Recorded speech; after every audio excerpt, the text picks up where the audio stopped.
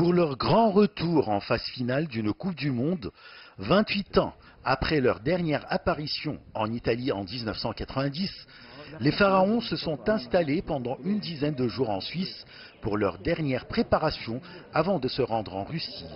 Lors de cette préparation, les Pharaons ont disputé des matchs amicaux contre le Portugal et la Colombie avant leur dernière rencontre avec la Belgique ce mercredi. C'était des matchs pour tester justement les joueurs. On a perdu un match contre la Grèce, 1-0, un match très fort contre le Portugal. C'était un essai très important. Et après, on a fait deux matchs nuls, un match contre Koweït, un match contre le dernier match contre l'équipe de Colombie. Il nous reste encore un match contre la Belgique. Et je crois que pour la période de préparation, que c'est largement suffisant.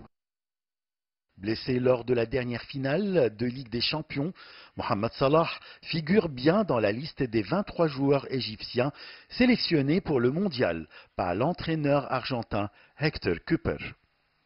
Il est pourtant indisponible actuellement après être parti soigner son épaule en Espagne, ce qui lui a valu 3 à 4 semaines. L'appel de Héctor Cúper sonne comme un espoir de voir Mohamed Salah disputer au moins un match de poule lors du prochain mondial.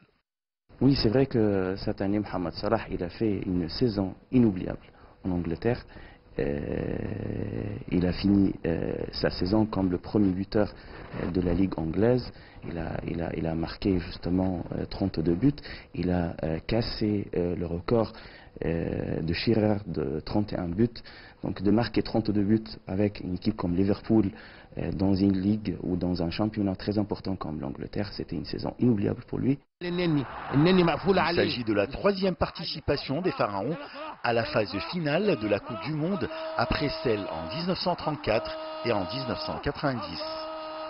L'Égypte, 7 fois championne de la Coupe d'Afrique, compte surtout sur sa star Mohamed Salah et les internationaux qui évoluent dans les championnats d'Europe pour présenter une bonne performance au cours du prochain mondial.